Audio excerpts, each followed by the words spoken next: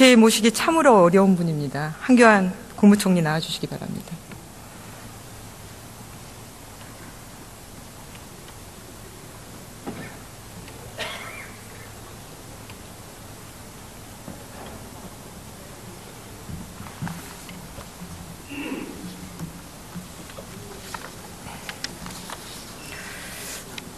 고민 많으시죠? 고민, 예, 나라 어렵습니다. 예. 오늘 대정부 질문에서 우리 국민들이 가장 궁금해하는 게 무엇이라고 생각하십니까? 지금 나라 경제가 어려운데 어떻게 경제를 풀어갈 것인가? 북한 저런 모양이고 외교관계 힘든데 이 문제를 어떻게 풀어갈 것인가? 민생도 힘든데 이 부분을 어떻게 대처해 갈 것인가?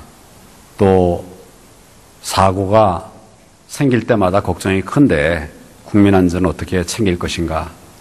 지금 국민들께서는 그 부분에 관해서 집중하고 정부와 국회를 바라보고 있다고 생각합니다. 네, 잘 말씀해 주셨습니다. 이와 관련해서 가장 우리 국민들이 궁금해하는 건 황 총리의 대선 출마 여부입니다.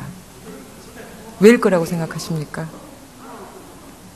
지금 국민들이 생각하고 있는 부분을 저는 여러 경로에서 의견을 수렴하고 듣고 있습니다만은 제가 지금 말씀드린 이런 부분에 대한 걱정이 제일 크기 때문에 지금 정부가 어려운 과정에서 이 부분, 국민들이 걱정하시는 부분을 메우기 위한 국정안정화를 위해서 최선을 다하고 있습니다. 네. 저는 왜 우리 국민들이 황 권한대행의 대선 출마를 궁금해할까 생각해봤습니다. 국전 혼란이 가중되고 부끄럽기 때문일 겁니다. 지구촌 어느 나라에서 이런 시국에 국정을 대행해 책임지고 있는 고위공직자가 이렇게 묵책임할 수 있을까? 국제적인 비난에 대한 우려 때문일 겁니다. 앞서서 여러 의원님들께서 질의하셨지만 다시 한번 묻겠습니다. 지금 각종 대선 여론조사에서 황 총리의 지지율이 15%를 넘어섰습니다. 예, 기분이 어떠십니까? 저는 여러 번 말씀드렸다시피 지금 국정을 안정시키고 수많은 어려움들을 극복하기 위해서 공무원들과 함께 정말 힘을 다 쏟아서 진력하고 있습니다. 다른 생각 없습니다. 네, 이번 대선에 출마하십니까? 제가 지금 말씀을 드렸습니다. 그럼 대선 출마를 고민하고 계십니까? 지금 제가 말씀을 드렸습니다. 그럼 네, 말씀해 주셔서 제가 정리를 좀 해보겠습니다. 국민의 상식에 따라서 세계 유례 없는 권한대행 체제를 만들지 않기 위해 대선 출마를 하지 않겠다 이렇게 제가 받아들여도 되겠습니까? 오직 국민들을 위해서 최선을 다하겠다는 생각 그것뿐입니다. 출마 안 하실 거죠? 말씀을 드렸습니다.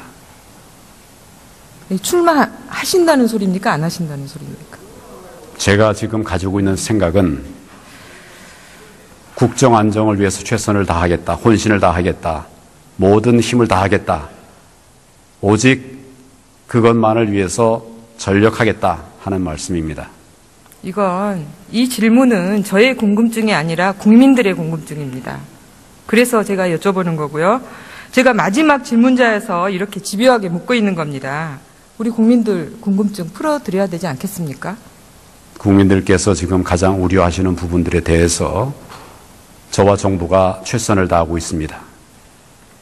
네, 그럼 헌재의 탄핵 인용 판결이 나오면 그때 결정하실 겁니까? 제가 거듭 말씀을 드렸습니다.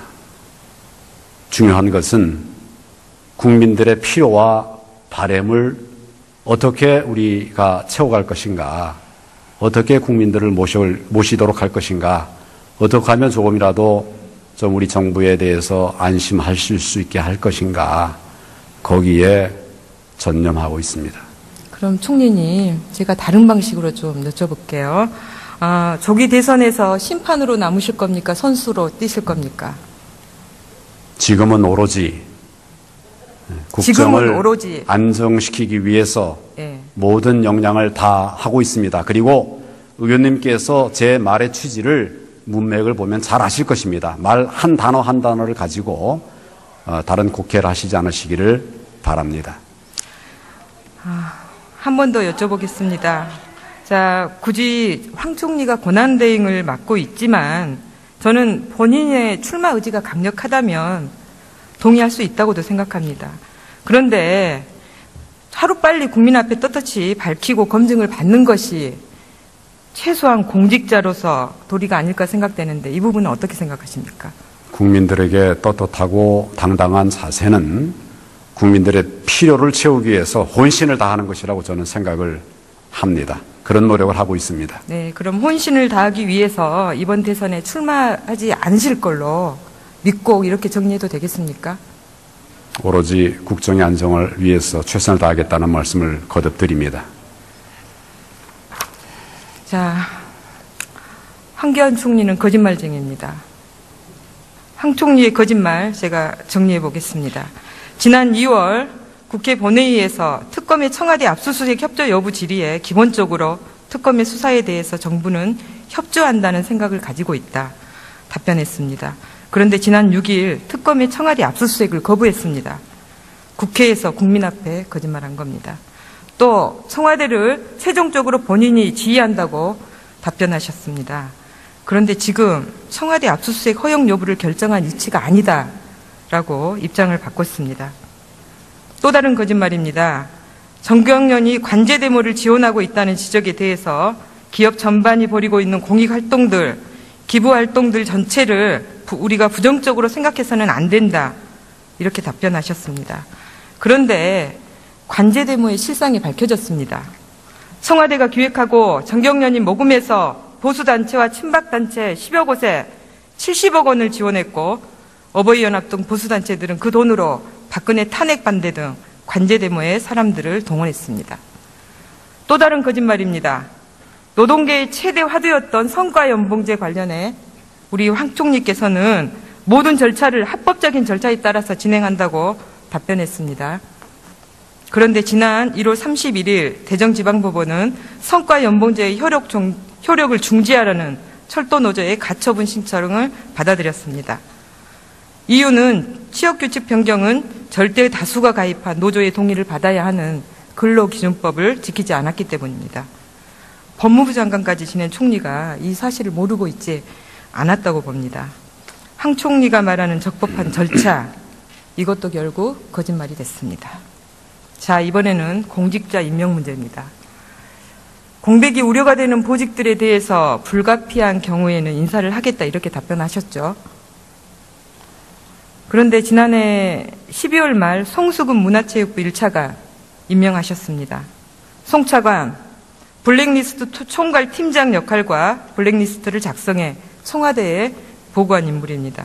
그런데 지금은 구속된 조윤성 장관의 권한대행입니다. 이 인사가 구속 중인 조윤선 전 장관의 구명을 위한 불가피한 인사였습니까? 아니면 헌법 위반 행위를 은폐하기 위한 인사였습니까? 답변해 보십시오. 의원님 지금 5가지 말씀하셨는데 이 부분에 대해서 다 말씀을 드려도 되겠습니까?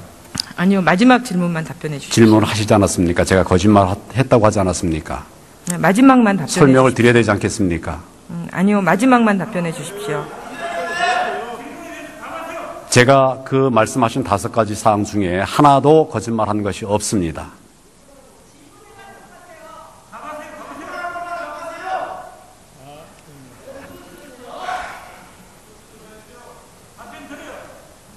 다섯 번째에 관해서 말씀하셨으니까 그 부분에 관해서 말씀을 드리겠습니다. 다섯 번째, 그렇지만 답변해 앞에 4가지도 저는 거짓말한 일이 없습니다.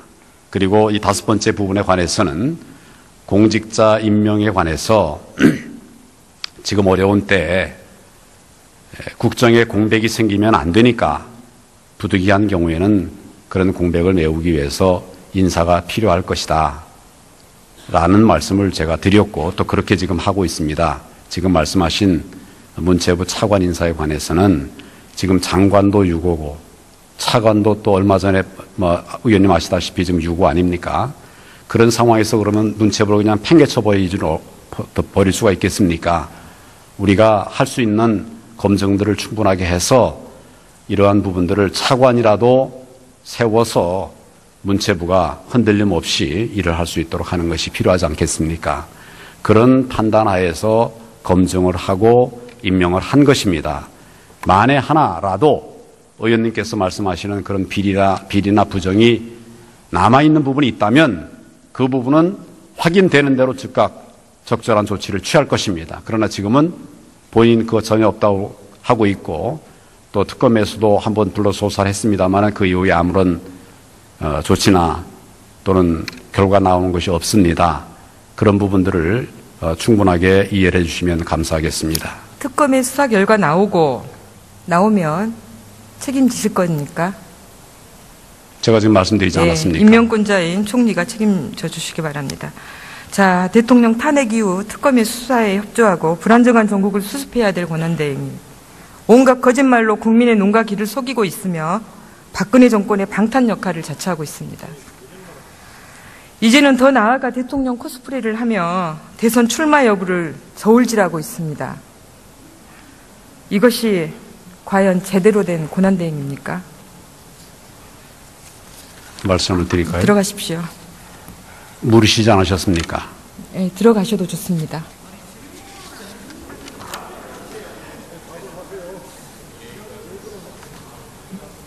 들어가셔도 좋습니다. 들어가도 좋다고 말씀하시는데 지금 질문하셨으니까 제가 답변을 하겠습니다. 아니, 질문하시지 들어가셔도 않았습니까? 좋습니다. 글쎄 의원님은 들어가도 좋다는데 질문을 하시지 않았습니까? 예, 국민들이 답변해 궁금해하시지 보십시오. 않습니까? 예, 답변해 보십시오. 그럼 답변해 보십시오. 지금은 국정이 어렵고 또 국민들의 걱정이 많은 상황입니다. 할 일이 많습니다. 제가 권한대행이 됐을 때 의원님께서 뭐라고 말씀하셨습니까? 좀 소통해라. 어려운 데를 찾아다녀라. 그렇게 해서 좀 그분들이 좀 힘을 얻게 해달라 말씀하시지 않았습니까? 그래서 제가 민생을 챙기기 위한 자리, 경제를 살리기 위한 자리, 안전을 지키기 위한 자리 다니고 있습니다. 힘들지만 열심히 다니고 있습니다. 그래서 그걸 챙긴 것이 대통령 흉내내기였습니까? 과거에 총리 시절에 다 제가 했던 일입니다. 조금 더 열심히 하고 있습니다. 지금 어려운 때이기 때문에 그렇게 하고 있다는 점을 이해해 주시기를 바랍니다. 총리의 답변은 절망하고 있는 국민의 안위보다 본인의 명예가 더 중요하다 이렇게 절대 들립니다. 그렇지 않습니다. 들어가십시오.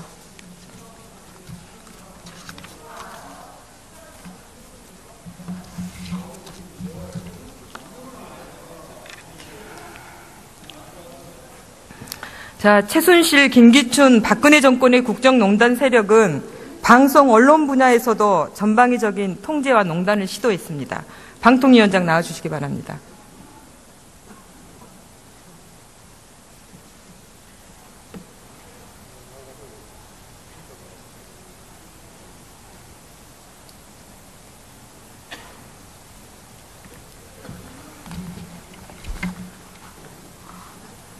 자, EBS 우종범 사장 이력서가 최순실 사무실에서 발견된 거 알고 계시죠? 네, 보도를 통해서 봤습니다.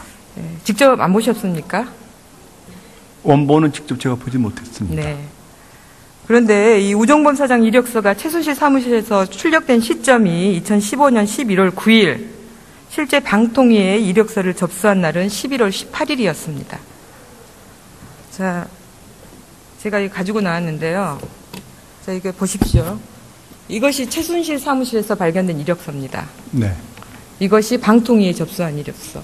예. 두 이력서가 지금 다릅니다. 이것은 방통위 공모 전에 최순실 씨에게 오케이를 받고 방통위 공모에 접수했다는 증거입니다. 자, EBS 사장 임명권자 누굽니까? 예, 제가 임명했습니다. 직접 임명하셨습니까? 그 절차를 거쳐서 예. 저희 상임위원들하고 면접도 직접 했고, 그 다음에 상임위원들과 논의한 결과 만장일치로 면접하신 분 중에 제일 적임자라고 생각이 돼서 임명을 했습니다. 이 두 개의 이력서를 보면 우종범 사장의 실제 이력서가 최순실이 아닌가 의심이 됩니다. 자, 우종범 사장 임명하라고 최순실 씨한테 지시받았습니까? 전혀 그런 적 없습니다. 국민의 수신료로 운영되는 공영방송입니다. 최순실의 발자국이 찍힌 공영방송 이사장, 이거 어떡하실 겁니까? 저희로서는 전혀 아는 바가 없고, 아까 말씀드린 아직도 것처럼. 파악하고 있지 않으십니까? 아니요. 우정범 사장께서는, 전혀 그 이력서가 왜 거기 가 있는지 알 수 없다고 말씀을 하시고요. 방통위원장님. 네. 언론에 보도가 되고 제가 상임위에서 이미 질의를 했고 이 문제를 제기를 했습니다.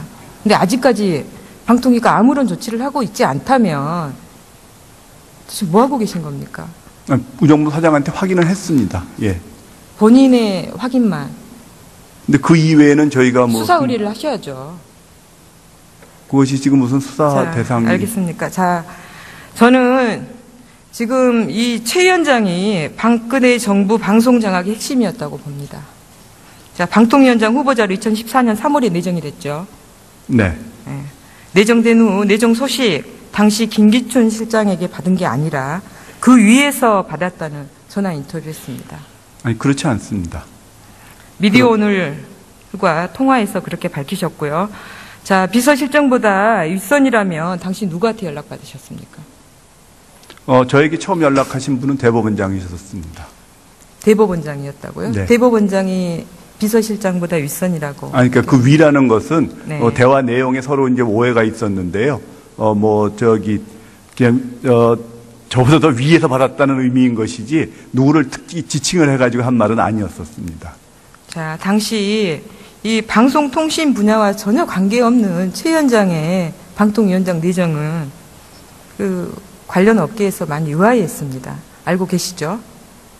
예, 그런 걸로 알고 있습니다. 그럼 대법원장님 말씀하셨어요.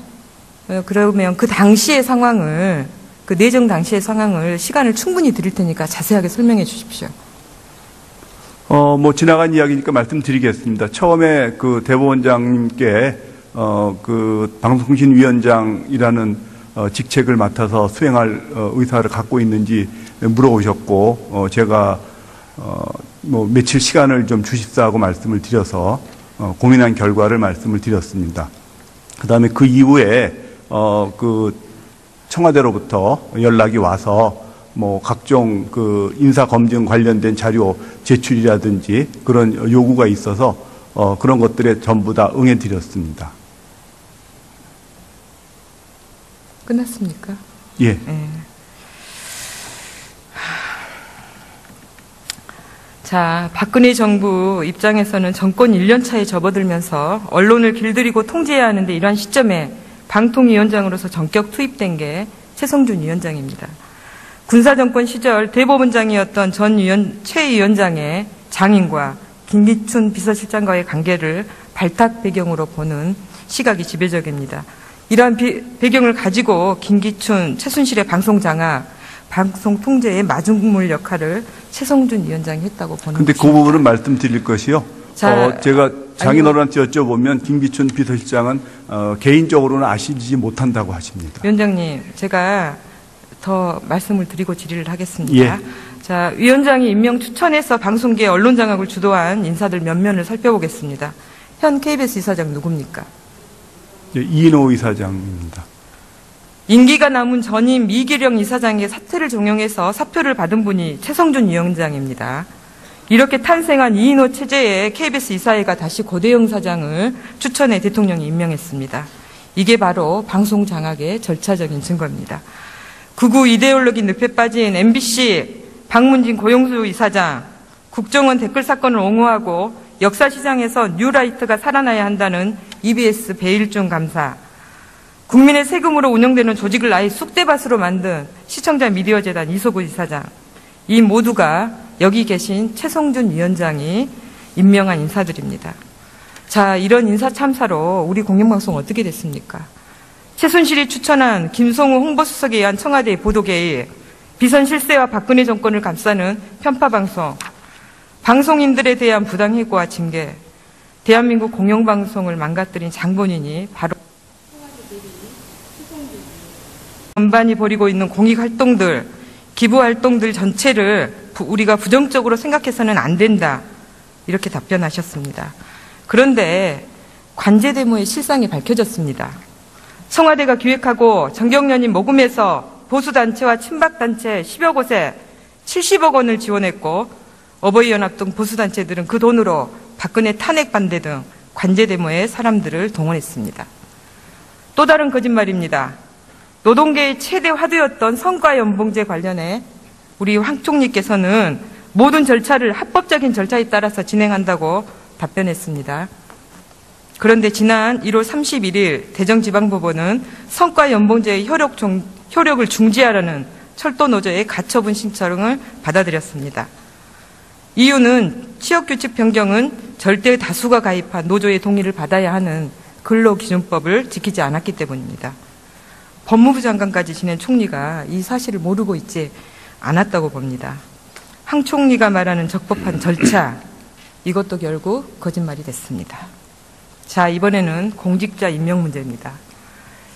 공백이 우려가 되는 보직들에 대해서 불가피한 경우에는 인사를 하겠다 이렇게 답변하셨죠. 그런데 지난해 12월 말 송수근 문화체육부 1차관 임명하셨습니다. 송 차관, 블랙리스트 총괄 팀장 역할과 블랙리스트를 작성해 청와대에 보고한 인물입니다. 그런데 지금은 구속된 조윤선 장관의 고난대행입니다. 이 인사가 구속 중인 조윤선 전 장관의 구명을 위한 불가피한 인사였습니까?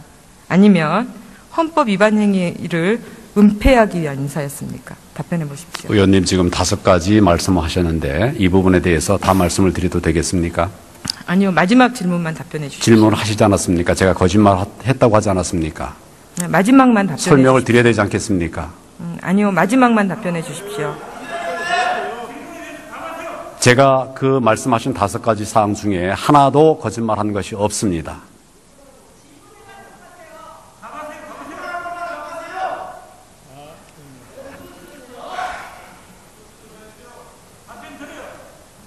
다섯 번째에 관해서 말씀하셨으니까 그 부분에 관해서 말씀을 드리겠습니다. 다섯 번째, 그렇지만 답변해 앞에 4가지도 저는 거짓말한 일이 없습니다.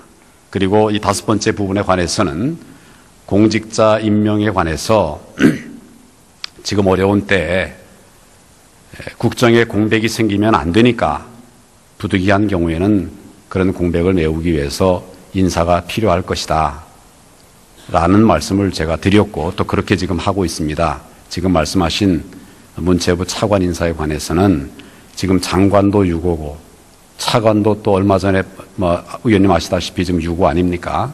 그런 상황에서 그러면 문체부로 그냥 팽개쳐 버릴 수가 있겠습니까? 우리가 할 수 있는 검증들을 충분하게 해서 이러한 부분들을 차관이라도 세워서 문체부가 흔들림 없이 일을 할 수 있도록 하는 것이 필요하지 않겠습니까? 그런 판단하에서 검증을 하고 임명을 한 것입니다. 만에 하나라도 의원님께서 말씀하시는 그런 비리나 부정이 남아있는 부분이 있다면 그 부분은 확인되는 대로 즉각 적절한 조치를 취할 것입니다. 그러나 지금은 본인 그거 전혀 없다고 하고 있고 또 특검에서도 한번 불러 조사를 했습니다만 그 이후에 아무런 조치나 또는 결과 나오는 것이 없습니다. 그런 부분들을 충분하게 이해를 해주시면 감사하겠습니다. 특검의 수사 결과 나오면 책임지실 겁니까? 제가 지금 말씀드리지 않았습니까? 임명권자인 총리가 책임져 주시기 바랍니다. 자, 대통령 탄핵 이후 특검의 수사에 협조하고 불안정한 전국을 수습해야 될 권한대행이 온갖 거짓말로 국민의 눈과 귀를 속이고 있으며 박근혜 정권의 방탄 역할을 자처하고 있습니다. 이제는 더 나아가 대통령 코스프레를 하며 대선 출마 여부를 저울질하고 있습니다.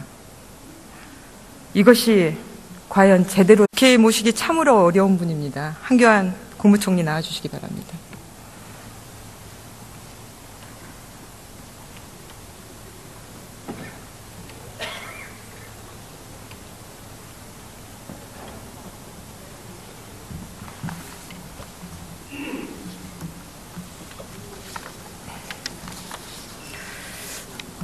고민 많으시죠?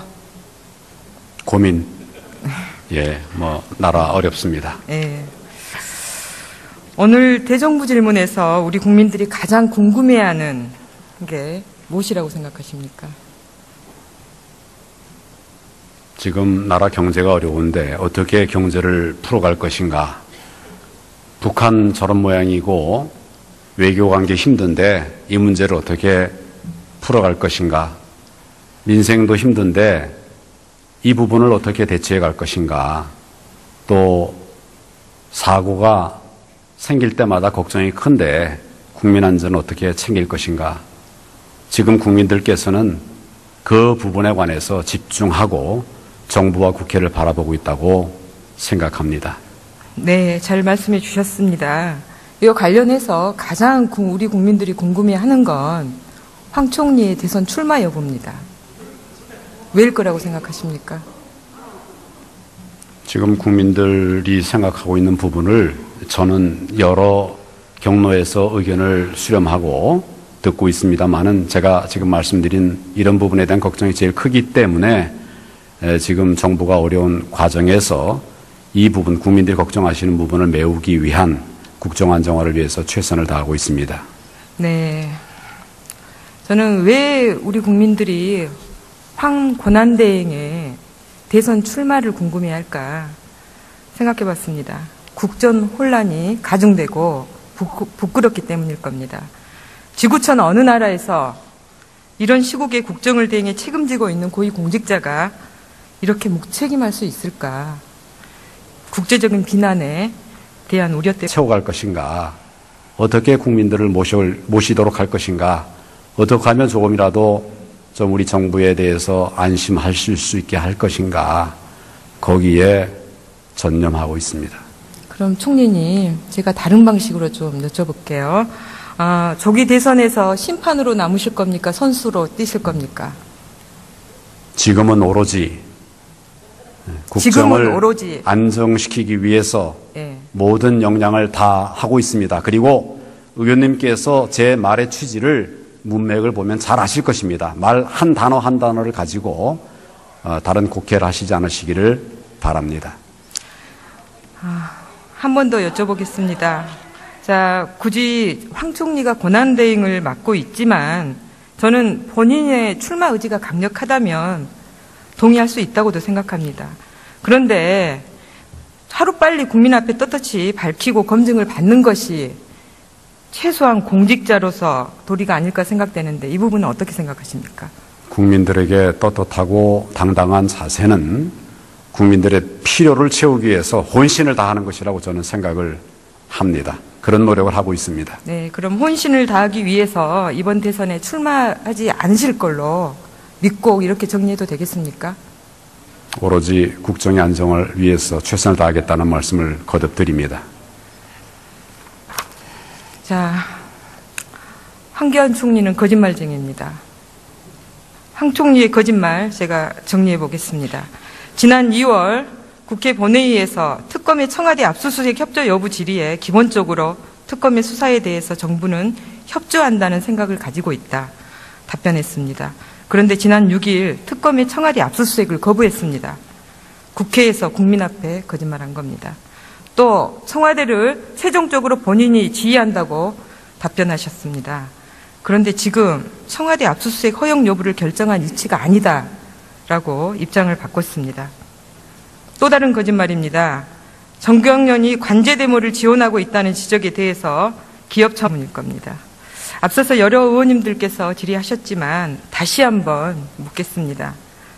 지금 각종 대선 여론조사에서 황 총리의 지지율이 15%를 넘어섰습니다. 예, 기분이 어떠십니까?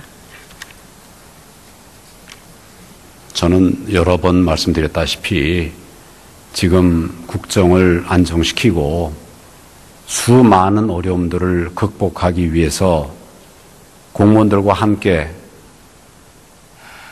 정말 힘을 다 쏟아서 진력하고 있습니다. 다른 생각 없습니다. 네, 이번 대선에 출마하십니까? 제가 지금 말씀을 네. 드렸습니다. 그럼 대선 출마를 고민하고 계십니까? 지금 제가 말씀을 드렸습니다. 그럼 네, 말씀해 주셔서 제가 정리를 좀 해보겠습니다. 국민의 상식에 따라서 세계 유례 없는 권한대행 체제를 만들지 않기 위해 대선 출마를 하지 않겠다 이렇게 제가 받아들여도 되겠습니까? 오직 국민들을 위해서 최선을 다하겠다는 생각 그것뿐입니다. 출마 안 하실 거죠? 말씀을 드렸습니다. 출마하신다는 소리입니까? 안 하신다는 소리입니까? 제가 지금 가지고 있는 생각은 국정 안정을 위해서 최선을 다하겠다, 혼신을 다하겠다, 모든 힘을 다하겠다, 오직 그것만을 위해서 전력하겠다 하는 말씀입니다. 이 질문은 저의 궁금증이 아니라 국민들의 궁금증입니다. 그래서 제가 여쭤보는 거고요. 제가 마지막 질문자여서 이렇게 집요하게 묻고 있는 겁니다. 우리 국민들 궁금증 풀어드려야 되지 않겠습니까? 국민들께서 지금 가장 우려하시는 부분들에 대해서 저와 정부가 최선을 다하고 있습니다. 네, 그럼 헌재의 탄핵 인용 판결이 나오면 그때 결정하실 겁니까? 제가 거듭 말씀을 드렸습니다. 중요한 것은 국민들의 필요와 바램을 어떻게 우리가